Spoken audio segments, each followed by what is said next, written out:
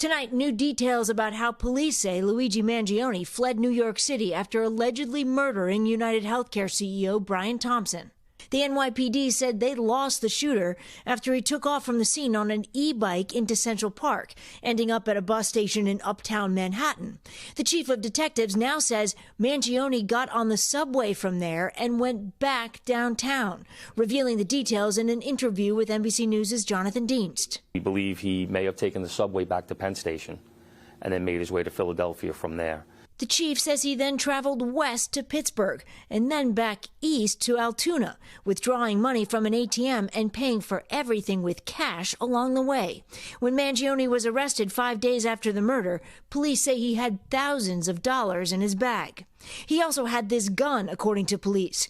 The chief laying out how the NYPD crime lab matched it to shell casings left behind at the murder scene. That is by an NYPD detective test firing that gun and then matching the ejection marks from the casings to the casings that we fired. He says they still don't know where Mangione got the weapon. The gun itself, it is a ghost gun.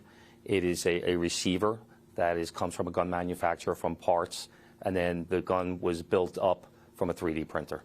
As the case takes shape against Mangione in New York, the alleged murderer remains in a Pennsylvania prison. Today, his attorney filed a petition contesting his detention, arguing Pennsylvania has not proven Mangione was in New York the day of the murder or provided probable cause that he was responsible for the crime.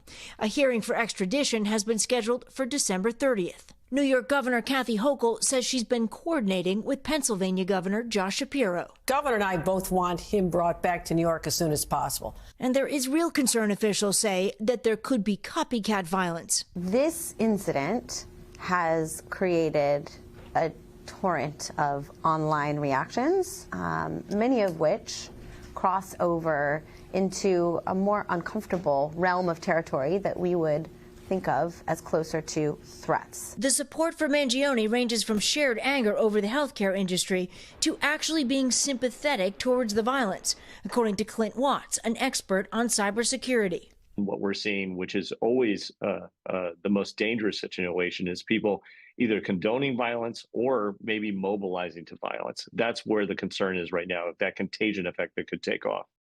And Stephanie, this was a wide-ranging interview with the NYPD. Did they provide any new insight into what led up to the murder?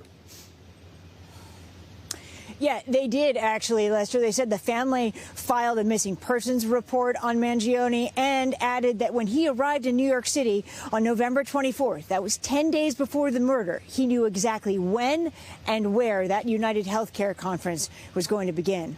Lester? All right, Stephanie Gosk, thank you. Thanks for watching. Stay updated about breaking news and top stories on the NBC News app or follow us on social media.